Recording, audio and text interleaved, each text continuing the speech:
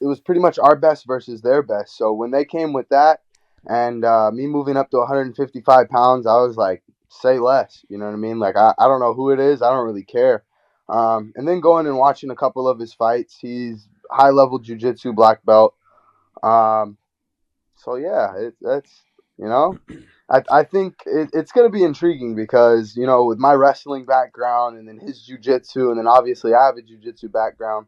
Um, I wouldn't say I'm a fifth degree black belt or something crazy, you know what I mean? But MMA wrestling and MMA jiu-jitsu is completely different. Mm-hmm. So he's nice, he's got some good things in his arsenal, but I'm looking forward to opening up the side of my arsenal that I've always dreamed of since I was a kid. So I don't think we're playing jiu-jitsu games. All right. So this is the second part of my question is, in actuality, and I'm saying this with complete honesty, the guys from Bellator are at a bit of a disadvantage.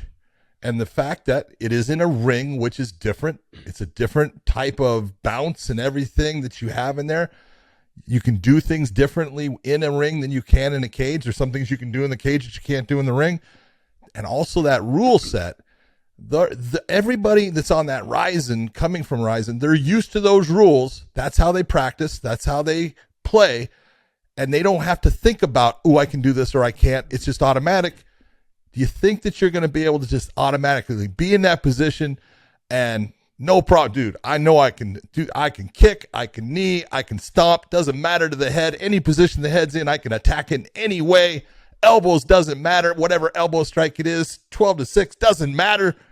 I think that's just going to come naturally to you. Yeah, I got a feeling. I love it. It's something I've dreamed of since I was a kid. I've always watched it. So, like the soccer kicks, I would say the big thing is just getting acclimated in the ring. That's going to be a big factor, especially with myself being a takedown artist. And usually I tend to take people down off of the cage. I'll take a lazy shot, get them against the cage. And then once I got them against the cage, I already know I got you on the ground. I'll take you down at will. So in a ring, it's going to be a bit different. I can't use the cage. There's nothing to hoist his body up unless I get him in the corner. So for me, I think it's going to be a bit different. But once again, this is a fight where his jiu-jitsu is sick. I'm looking forward to testing it out, playing in his waters a little bit. But for the most part, I think this is going to be a fight where I'm just trying to knock his head off his shoulders. And I've noticed some things. He doesn't like pressure. He gets hit a little bit and then he goes in for a shot, or he'll pull guard. And from my memory since I was a kid, if you don't get that takedown and the person tells you to stand up, you better stand up. Yes, you do. Pulling guard. Japan don't like that. So for me, I don't think his wrestling is that great. I've been wrestling since I was 4 years old. So for me, wrestling's my key. That's my key to victory. When I know, all right, something's not going well on the feet, I could take someone down. But for this fight, man, I'm looking forward to going out here and pulling some new arsenal out. I think getting caught at a bad shot is a bad idea, because those knees to the head.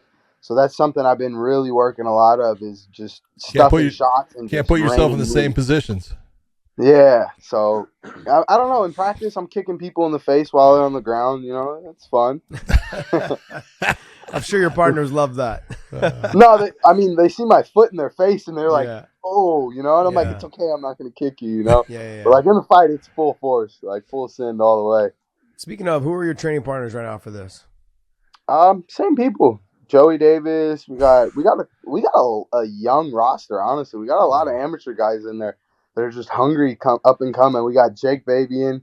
He's got, I believe, 2 titles right now. I call these other young cats Thing 1, Thing 2, because they're always talking smack to each other, fighting each other. I had them literally. I was like, go until there's a submission. Shut up. I don't want to hear anything else. So they're always in there getting it. We just have a young roster, man. I've been training with this guy named Dallas. He's another AMI guy. We just, my dad, man. He takes the young guys and he breeds them into what he wants. And if they got the mindset and the heart, then a champion you'll be.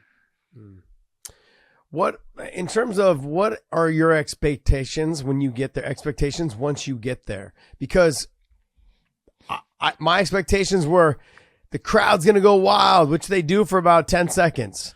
And then you've got to adjust to all of that. Like, your walkout, it's like they go nuts when they announce your name. And then as you walk down, it's kind of crickets. Have you thought about and prepared yourself for those type of things? Because we're used to just the crowd being nuts the whole time and going crazy.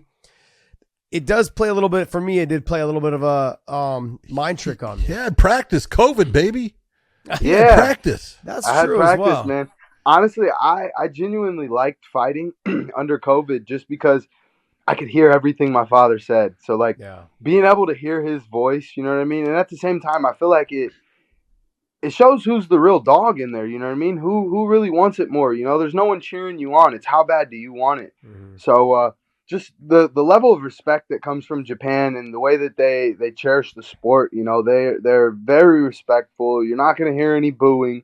You'll hear cheering occasionally. So if you hear cheering, you're doing something right. So that's something I'm excited for it, man. My dad's always told me since I was a kid. He's like, man, you're gonna like it, and he's like, you're gonna be able to hear me while I'm cornering you. So having a master chess player while playing chess is gonna be fun.